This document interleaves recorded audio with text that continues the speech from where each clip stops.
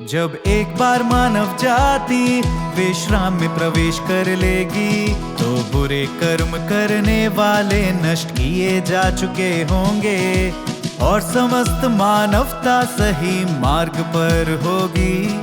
जो भूमिकाएं उन्हें निभानी चाहिए उनके आधार पर सभी प्रकार के लोग अपनी अपनी किस्म के अनुसार छांटे जाएंगे। केवल यही मानवता के विश्राम का दिन होगा, केवल यही मानवता के विकास की अपरिहार्य प्रवृत्ति है। जब मानवता विश्राम में प्रवेश करेगी, केवल तभी परमेश्वर के महान कार्य का अंततः समापन होगा। यह उसके कार्य का अंतिम भाग होगा। यह कार्य मानवता के समस्त पतनशील दैहिक जीवन का अंत करेगा, साथ ही यह भ्रष्ट मानवता के जीवन का अंत करेगा। इसके बाद से मनुष्य एक नए क्षेत्र में प्रवेश करेंगे।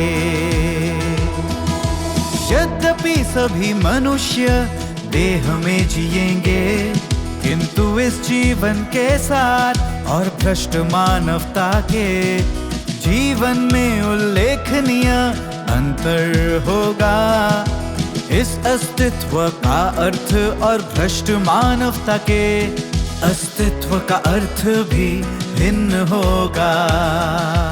यूं तो यह एक नए प्रकार के व्यक्ति का जीवन नहीं होगा, लेकिन इसे उस मानवता का जीवन कहा जा सकता है जिसे बचा लिया गया है। साथ ही एक ऐसा जीवन जिसमें मानवता और विवेक को पुनः प्राप्त कर लिया गया है। ये वे लोग होंगे जो कभी परमेश्वर के खिलाफ विद्रोहशील थे, जिन्हें परमेश्वर द्वारा जीत लिया गया है और फिर उसके द्वारा बचा लिया गया है। ये वे लोग होंगे जिन्होंने परमेश्वर का अनादर किया और बाद में उसकी गवाही दी। उसकी परीक्षा से गुजर चुकने और बचने के बाद उनका अस्तित्व सबसे अधिक सार्थक अस्तित्व होगा। ये वे लोग होंगे जिन्होंने शैतान के सामने परमेश्वर की गवाही दी, और वे मनुष्य होंगे जो जीने के योग्य हैं।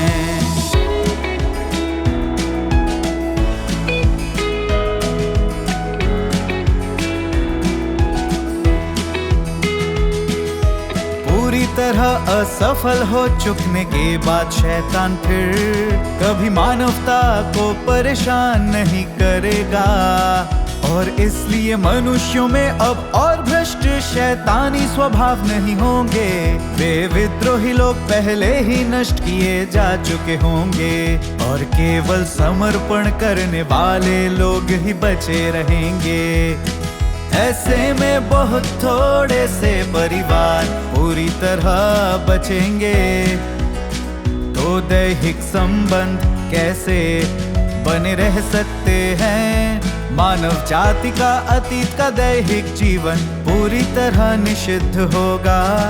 भ्रष्ट शैतानी स्वभावों के बिना मानव जीवन अब अतीत का पुराना जीवन नहीं रहेगा, बल्कि एक नया जीवन होगा।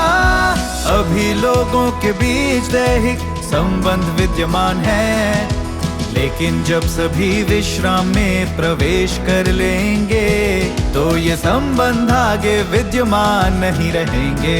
केवल इस प्रकार की मानवता में ही धार्मिकता और पवित्रता होगी। केवल इस प्रकार की मानवता ही परमेश्वर की आराधना कर सकती है।